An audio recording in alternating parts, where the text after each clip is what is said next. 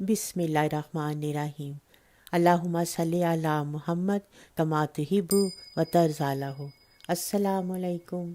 हज़रत सैयदना Safwan bin Salim रहमतुल्लाह अलैह फरमाते हैं, इंसान के साजो सामान और मलबूसात को जिन्नात इस्तेमाल करते हैं, लिहाजा तुम में से जब कोई शख्स कपड़े पहनने के लिए उठाए या उतार कर रखें तो बिस्मिल्लाहिर्रहमानिर्रहीम पढ़ लिया करें। इसके लिए अल्लाह ताला का नाम मोहर है, यानी बिस्मिल्लाहिर्रहमानिर्रहीम पढ़ने से जिन्नात इन कपड़ों को इस्तेमाल नहीं करेंगे। इसी तरह हर चीज़ रखते उठाते वक्त बिस्मिल्लाहिर्रहमानिर्रहीम पढ़ने की आदत बनानी चाहिए।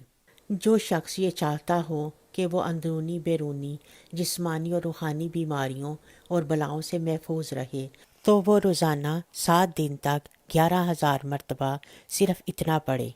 अव्वल आखिर दुरूद शरीफ 11-11 मरतबा पढ़े, और अगर इतनी तादाद में ना पढ़ सके तो हर रोज़ सुबह शाम एक एक तस्बीह पढ़ लिया करे।